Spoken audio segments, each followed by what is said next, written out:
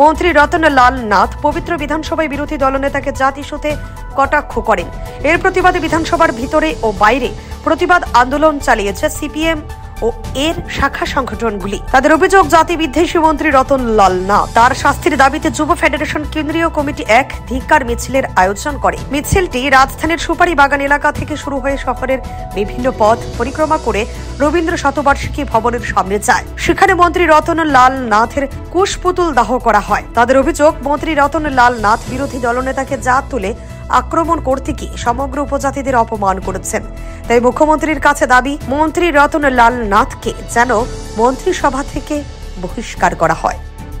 আপনারা দেখেছেন এবং আমরা রাজ্যবাসী দেখেছি, গত বিধানসভা চলাকালীন সময় পবিত্র বিধানসভায় দাঁড়িয়ে আমাদের রাজ্যের ভূমিপুত্র সুসন্তান, রাজ্যের বিধানসভার বিরোধী দলনেতা শ্রদ্ধেয় জিতেন্দ্র চৌধুরী মহোদয়কে ব্যক্তিগতভাবে তাকে টার্গেট করতে গিয়ে সমগ্র উপজাতি সম্প্রদায়কে যে ভাষায় কুকথায় গালিগালাজ করে রাজ্যের মাননীয় মন্ত্রী রতনলাল নাথ অপমানিত করেছেন।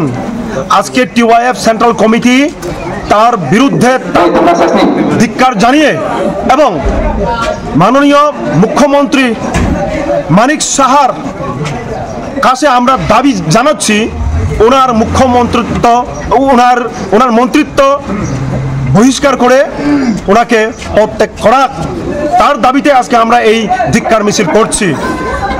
আসলে এটা খুব লজ্জাজনক, বিধানসভার মতো একটা পবিত্র স্থানে দাঁড়িয়ে রাজ্যের বিরোধী দলনেতাকে, তার সমস্ত সম্প্রদায়কে জাত তুলে অপমানিত করেছেন রাজ্যের মাননীয় মন্ত্রী Ratanlal Nath.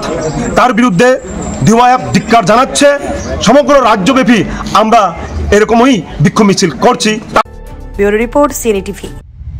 CNE TV, channel for news and entertainment.